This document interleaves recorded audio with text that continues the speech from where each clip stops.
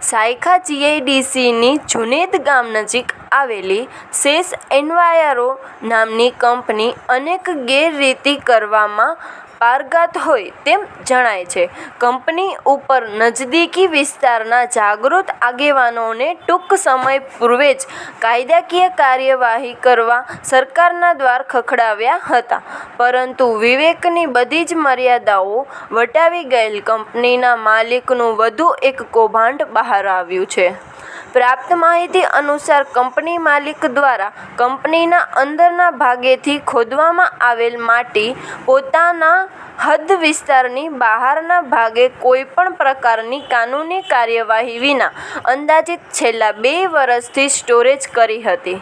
Company માલિકે જે તે વિસ્તારને પોતાની માલિકીનું હોવાનું જણાવી નજદીકી જાગૃત આગેવાનોને ગેરમાર્ગે દોરવાનો નિષ્ફળ પ્રયાસ કર્યો હતો.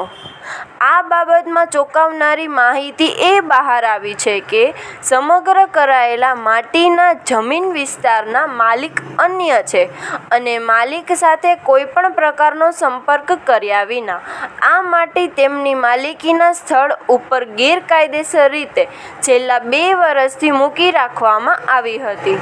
આ બાબતની માહિતી આજે જગ્યા માલિકને થતાં તેમના દ્વારા કંપનીની માલિકી સાથે ટેલિફોનિક સંપર્ક કરી આ બાબતનો ખુલાસો મેળવવાનો પ્રયાસ કર્યો હતો, પરંતુ કંપની માલિકે પોતાની જાતને હંમેશાની જેમ સર્વોપરી સમજી માલિકને અસંતોષભર્યા જવાબ આપી વાત ઉડાડી દેવાનો પ્રયાસ કર્યો હતો.